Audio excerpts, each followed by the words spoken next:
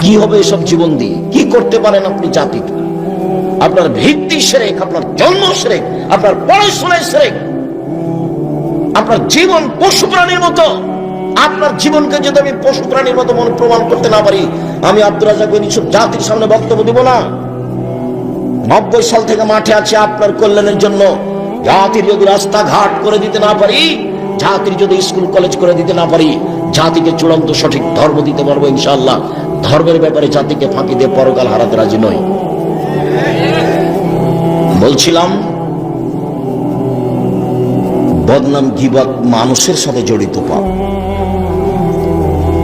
মানুষের সাথে জড়িত পাপ সহজে ক্ষমা হয় না। শিরকের মতো বড় পাপ। এখন বলেন যে আল্লাহ ভুল হয়েছে, মাফ করো, ক্ষমা হয়ে যাবে। পাপের জগতে সবচেয়ে বড় পাপ হলো শিরক। সুদ মহাপাপ, তার ভাষা শোনাই কঠিন। আল্লাহ রাসূল বলছেন, মাইয়াকুলু দিরহাম রিবা ওয়া ইয়ালাম আসাদ্দু মিন সিত্তাতি ওয়া সালাসিনা জিনিয়া। কেউ যদি জেনে শুনে 1 টাকা সুদ খায়, 36 বার জেনা করে যত পাপ হবে, 1 টাকা সুদ খেলে তার চেয়ে বেশি পাপ হবে। অবিবাহিত ছেলে মেয়ে জেনা করলে তাকে 100 লাঠি পিটে এলাকা থেকে তাড়িয়ে দিতে হবে। বিবাহিত পুরুষ নারী যদি জেনা করে, তাহলে তাকে ইট ঢেল পাথর দিয়ে মেরে মেরে মেরে ফেলতে হবে। পৃথিবীতে তার বেঁচে থাকার কোনো সুযোগ নেই। তার নাম জেনা।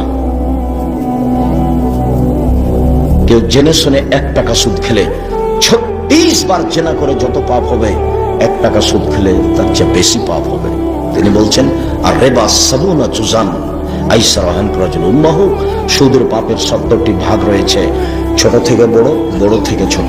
তার সবচেয়ে ছোট পাপ হলো মার সাথে জেনা করলে যেমন পাপ হয়। এই কথা আমি বলিনি, এই কথা মুহাম্মদ সাল্লাল্লাহু আলাইহি ওয়াসাল্লাম বলেছেন।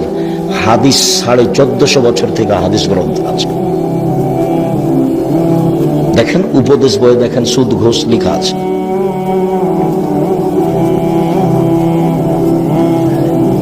সুদ মহাপাপ, সুদ মহাপাপ, সুদ মহাপাপ। সুদ খেলে মানুষ ভিক্ষুক হবেই।